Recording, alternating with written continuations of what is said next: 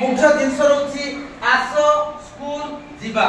तो आसो स्कूल जीवा कार्यक्रम केमती कोन होबो तो मुख्य दायित्व रहउछि प्रधान शिक्षक आज्ञाकर कमिटी गठन करिवे बुझि पाले सर तापरे पदयात्रा होबो पदयात्राटा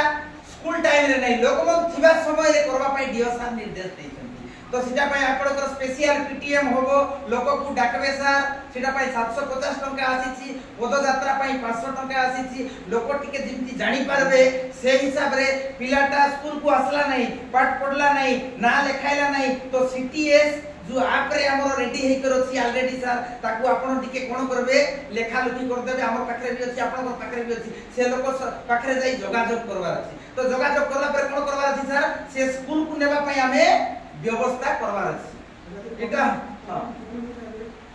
कमिटी ने सर से भीतर भी कमिटी रहला आपण कमिटी को जणैबे काम न हला सीआरसी को जणैबे सरपंच को लेटर करी जणैबे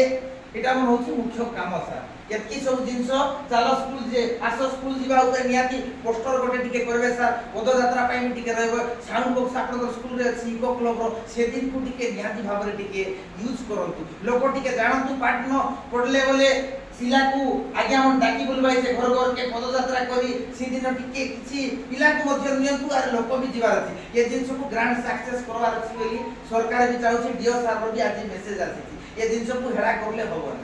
ये आधार समस्त को अनुरोध रहउछि आशा अंगनवाड़ी जो अछंती हमर गारे वार्ड मेंबर कमिटी शिक्षक माने दायित्व संपूर्ण हे कर नियाती भाबरे आसो स्कूल जीवा कार्यक्रम को सफलतार सहित करबार अछि आमे बुधवार भितरे मीटिंग सारला पर हमर क्लस्टर लेवल अछि ब्लॉक लेवल डिस्ट्रिक्ट लेवल अछि आमे जते जल्दी करबा किछि काम जाको एग्रेसिवली जार द्वारा हमर काम ठीक होबो